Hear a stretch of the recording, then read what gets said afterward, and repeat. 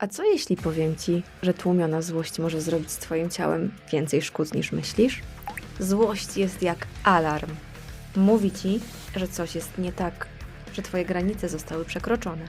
Problem zaczyna się wtedy, kiedy tę złość zamiatasz pod dywan. Niewyrażana złość to jak zamknięcie burzy w butelce.